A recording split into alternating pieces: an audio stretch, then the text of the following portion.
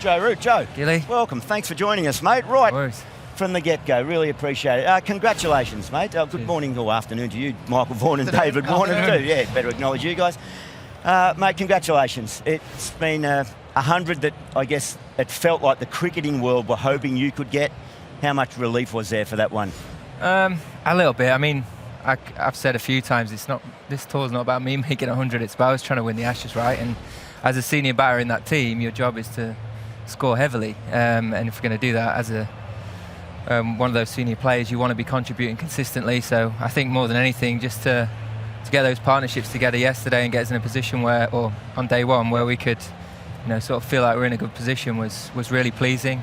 And to bounce off the guys around you, I think batting is so much about using the guy at the other end and complementing skill sets and being able to take pressure off each other and apply that in different ways on the opposition. And I think we managed to do that quite nicely in periods on day one. Yeah, you're a humble man, and we learnt where you garnered that from your parents yesterday joining us here. They were similarly talking about team. But Tendulkar, Kallis, Ponting, you're there with them, 4 of it at 40 plus. How does that sit with you? It's a bit weird, really. I spent my whole childhood growing up trying to be those guys, in the back garden, playing little test matches on the outfield at my local cricket club, in the garden, on the street, wherever we could get a game going with my brother. So you're pestering me, yeah. Making him come and throw balls at different times. So yeah, I mean, just to be in the same conversation of those guys is very humbling in itself. And they were big inspirations for me growing up. And at different times had all their different techniques, trying to pull every ball like Ricky Ponting, and play like the other guys as well. So it is a bit surreal. And I try and remember what it was like being 10 years old, and that little kid will be pretty happy right now. Indeed, so he should be. Joe, I mean, Mum and Dad were on the panel yesterday. As parents, they said they celebrated with a glass of red and a kebab. What did Joe Root do the night that he got his 100 here in Australia? I didn't have a kebab, that is for sure, or a bottle of red. But I think just trying to unwind down in the hotel room, get some fluids on board. And then, at some point it'd be nice to have a cold beer, but probably have to wait to the end of the game. Is there anything that you've worked on in that spell between Perth and here in Brisbane that you took out into the middle? A rhythm more than anything. I think just couldn't quite get into an innings, and I think sometimes it's just starting out, it can be quite difficult. You just got to get through that first 10 balls, get accustomed to the bounce, the surface, the pace of the game. And I think if anything, I probably didn't slow things down enough for Perth and play the game at my own tempo. I get into the innings. I felt like I managed to do that this time round, and that's different for everyone, right? You've just got to have a good understanding of your own game. I think I managed different parts of it pretty well in terms of allowing myself to get used to the bounce of the ball outside and in around the corridor. So yeah, it was more just trying to do that for long periods of time. I have to ask you about the celebration. Now that little. I don't really know what that was about. There's not too much any predetermined thoughts on that. So just didn't really know what to do myself. I have to say, the Aussies have just run past, and I know what they're calling. They're calling him Boyks. Over to you, Boyks. No, but I did want to ask a question, just more around not getting that 100 here beforehand, coming here. Is there anything did you watch any footage, or what do you take away from the series before this, having played a lot of test matches over here and not sort of getting that milestone? I think more than that, it was more about thinking about how I've played over the last 4 years. I think my game's evolved and gained a lot more consistency through the method that I've used, whether it be in England or overseas. I think just being true to that and understanding that, I'm not the player I was 4 years ago. I've come in a completely different capacity. I'm not captain. I'm in a completely different team surrounded by different players who I can bounce off their skill sets as well.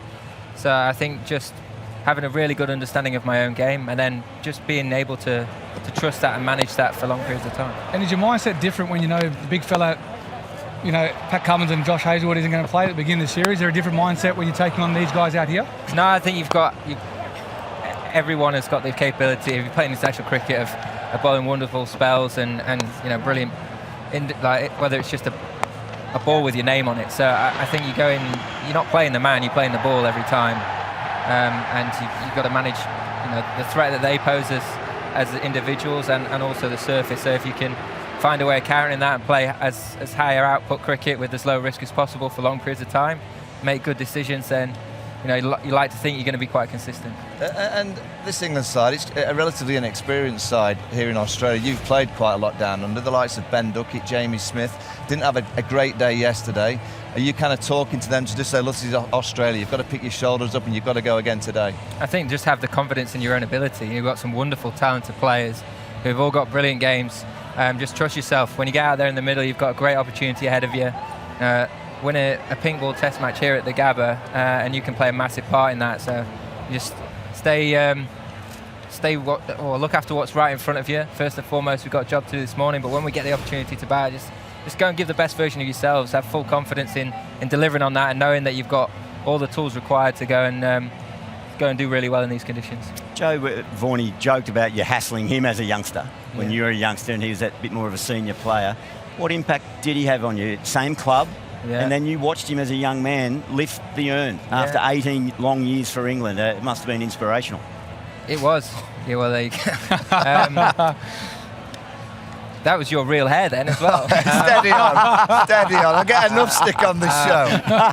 That is gold.